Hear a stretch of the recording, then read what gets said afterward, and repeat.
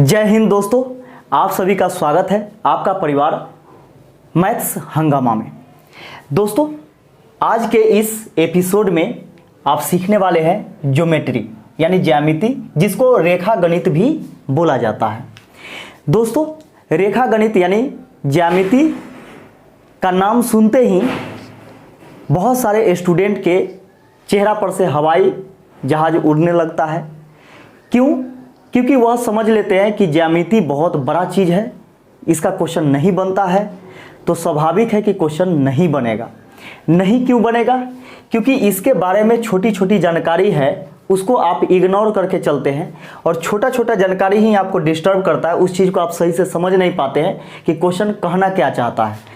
तो आप जब तक नहीं समझेंगे तब तक आप क्वेश्चन को हल नहीं कर सकते हैं। तो हम आपके लिए लेकर के आए हैं जीरो टू हीरो बैच।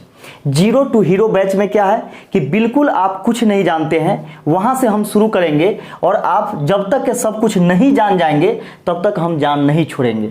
ठीक है, तो यहां पे देखिएगा कि ज्योमेट्री यानी ज्यामिति, जिसको हम रेखा गणित भी बोलते हैं हिंदी में।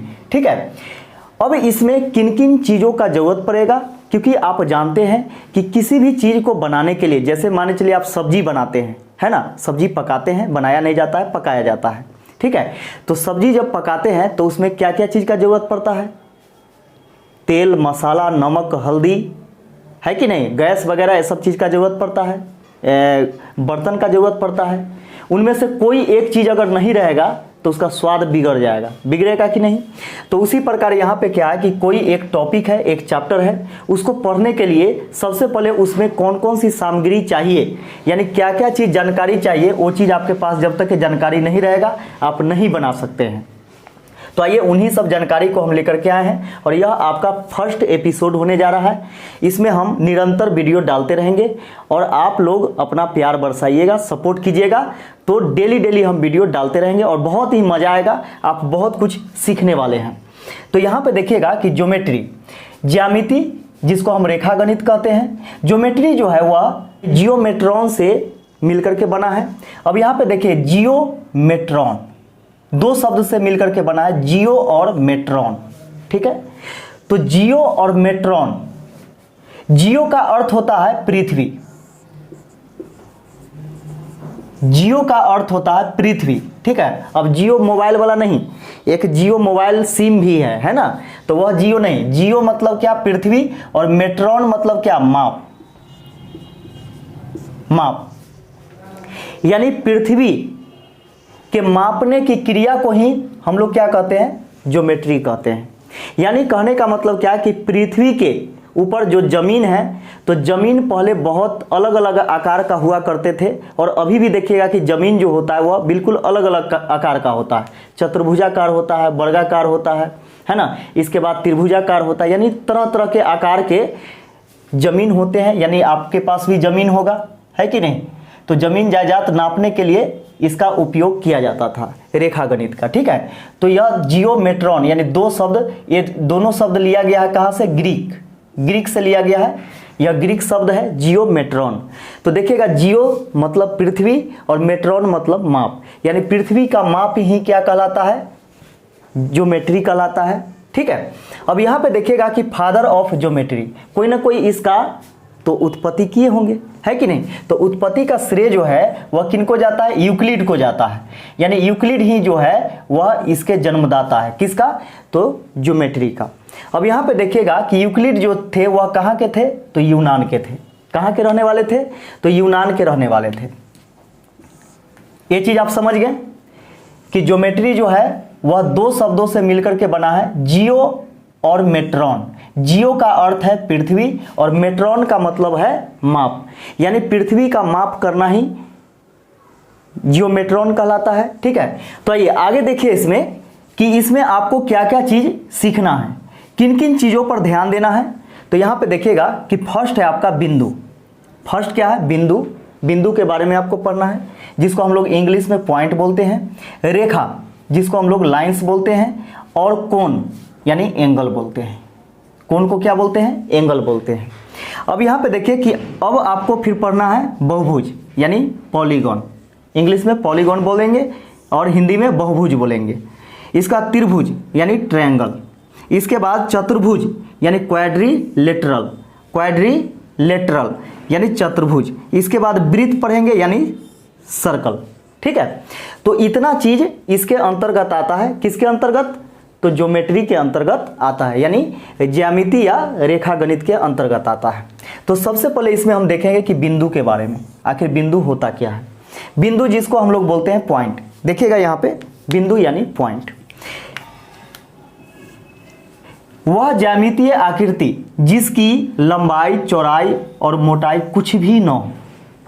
वह ज्यामितीय आकृति जिसका न तो लंबाई हो, ना ही चौड़ाई हो और ना ही मोटाई हो, सिर्फ काल्पनिक मात्र एक बिंदु हो, सिर्फ काल्पनिक मात्र हो, सिर्फ हम कल्पना कर सकते हैं, वह बिंदु कहलाता है। ठीक है, जैसे मान के चले कि हम इस प्रकार ऐसे डॉट कर दिए ए, यह एक बिंदु हो गया यानी पॉइंट हो गया। ठीक है, अब यहाँ पे देखिएगा कि इसमें लंबाई, चौड़ाई, मोटाई है क्या? कुछ नहीं है, नगण्य है, इसलिए यह क्या है कि आपका बिंदु है। ठीक है, अब यहाँ पे देखेंगे कि बिंदु एक वह वृत्त है जिसका कोई त्रिज्या नहीं होता है। दूसरे शब्दों में हम कह सकते हैं कि बिंदु वह वृत्त है जिसका कोई त्रिज्या नहीं होता है। ठीक है, अब यहाँ पे देखिएगा कि बिंदु दो प्रकार के होते हैं। एक होते हैं संरेख बिंदु जिसको हम लोग बोलेंगे कॉलिनियर पॉइंट, और दूसरा होता है असंरेख बिंदु जिसको हम लोग बोलेंगे नॉन कॉलिनियर पॉइंट। ठीक है, संरेख बिंदु जिसको हम लोग बोलते हैं कॉलिनियर पॉइंट, और असंरेख बिंदु जिसको हम बोलेंगे नॉन कॉलिनियर पॉइंट। तो यहां पे देखिएगा कि संरेख बिंदु किसे कहेंगे? तो संरेख बिंदु जब तीन या तीन से अधिक बिंदु, जब तीन या तीन से अधिक बिंदु जब एक ही सीध में हो, एक ही सीध में हो यानी एक ही रेखा पर हो, तीन या तीन से अधिक, कम से कम तीन होना चाहिए, तीन या तीन से अधिक बिंदु जब एक ही सीध में हो तो वह आपका संरेख बिंदु कहलाता है। जैसे यहां पे देखिए बिंदु ए, बिंदु बी, बिंदु सी एक ही लाइन पर है ना, एक ही सीध में है। तो जब तीन या तीन से अधिक बिंदु एक सीध में हो तो उसे हम लोग क्या बोलते हैं? संरेख बिंदु यानी कॉलिनियर पॉइंट बोलते हैं। इसके बाद देखिएगा कि असंरेख बिंदु, तो आप जानते होंगे कि हिंदी में शुरू में जब अ लग जाता है तो यह निगेटिव हो जाता है, निगेटिव हो जाता है। तो इसमें आप देख सकते हैं कि जब इसमें तीन या तीन से अधिक बिंदु क्या है? एक ही सीध में है, तो यह संरेख है।